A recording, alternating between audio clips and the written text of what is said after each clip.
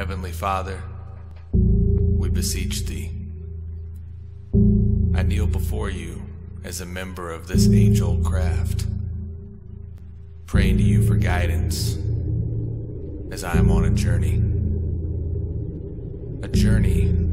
for more light, but more especially light that has been lost, forgotten, or hidden among the ages gone by.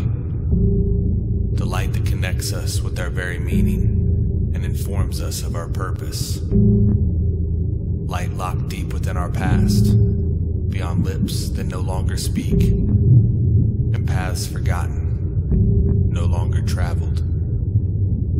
Aid me in my pursuit, Lord, for historical light.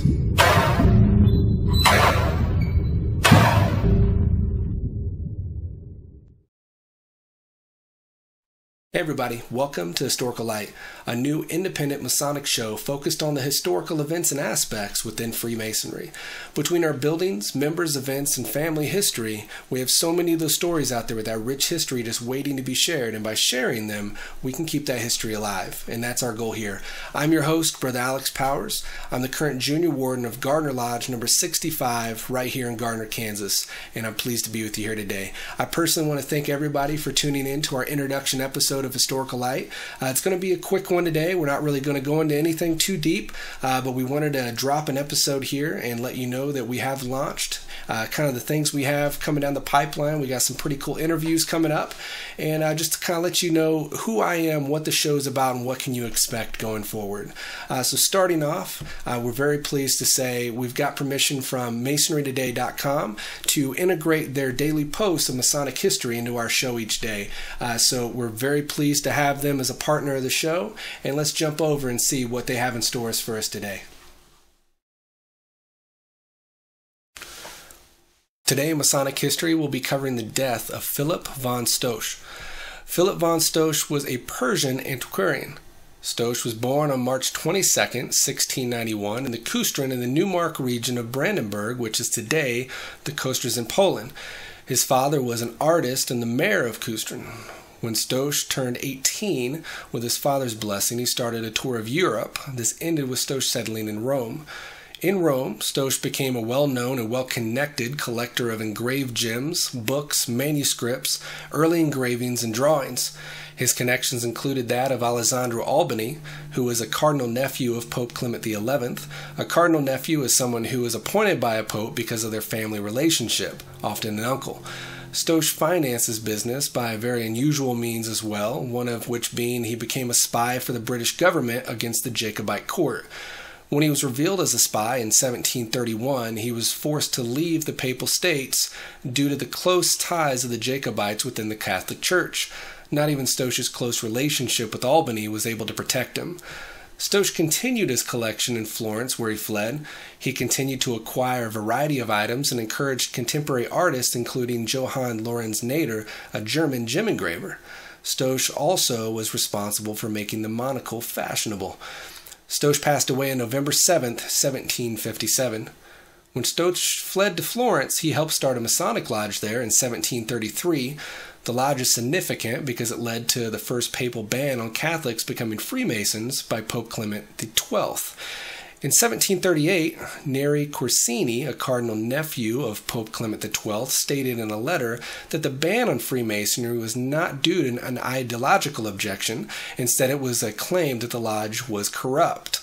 Some sources also claim that the Pope Clement XII tried to join the lodge before condemning it and was refused as a petitioner, although no evidence of this exists.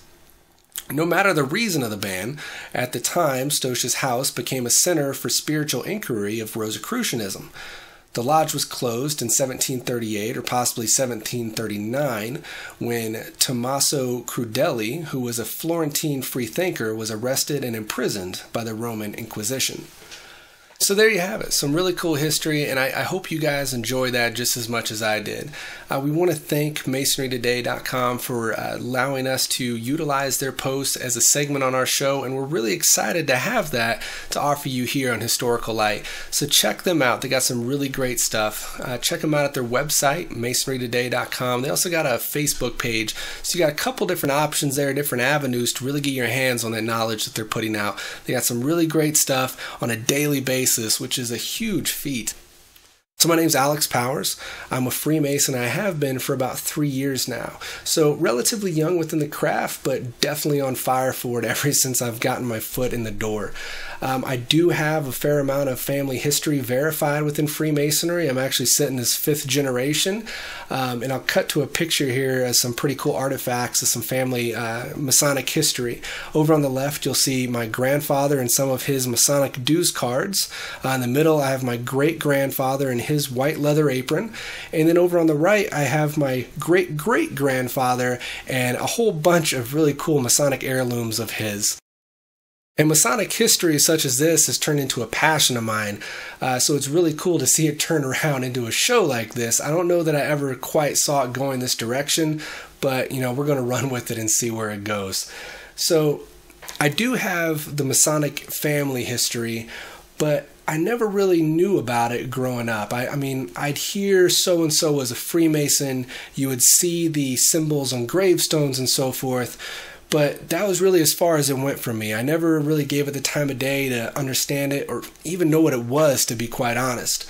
It wasn't until I married my wife and my father-in-law is a Freemason that some really heavy hints started getting dropped to me. He was never pushing the way of you have to be a Freemason, but you could definitely tell that this is something that meant the world to him, and it would mean the world to him for me to be involved in it as well. Admittedly, I was very standoffish with it for the first several years. I didn't really understand it. You know, I knew I had family members that was in it, but I didn't know if it was really for me, so I really blew it off. And oddly enough, it was really when he stopped mentioning it that then I started noticing it everywhere. You'd see it on TV or conversations or, you know, just all around.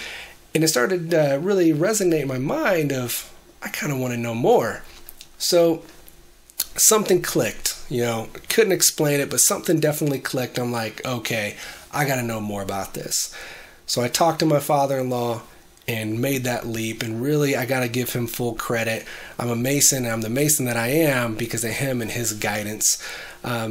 He, you know, got me to join Freemasonry. He is my Masonic father, my mentor, and has really guided me on my progression through my path as a Mason. So I got to give all the thanks in regards to that to him. And honestly, ever since I made those first 3 knocks, I've been hooked, been on fire for it, and just no looking back, no wanting to. Masonry is a great thing. There's so much legacy in it, so much honor in it.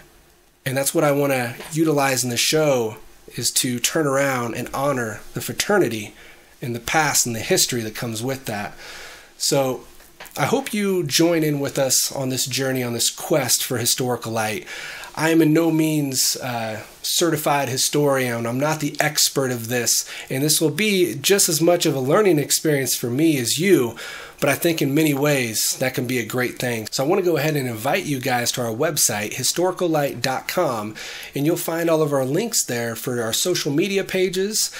Please go there and like and follow us on social media, like and subscribe here on YouTube, and get the word out. Share the word with your brothers, with your lodges, and let them know that there's a new source of light, historical light, and hopefully we can make this turn into a awesome thing that's just going to last for a long time, and we'll all get a great deal from it. So be sure to do that. We'll be putting out our post there to let you guys know about the upcoming episodes and just further information about the show in general.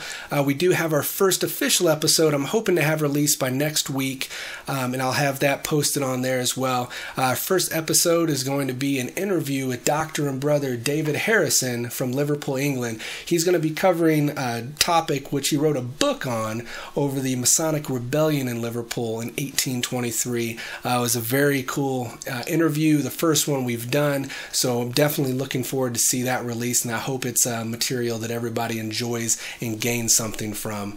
So thank you all for joining today, and I hope you continue with us on our quest for historical light. Have a great day.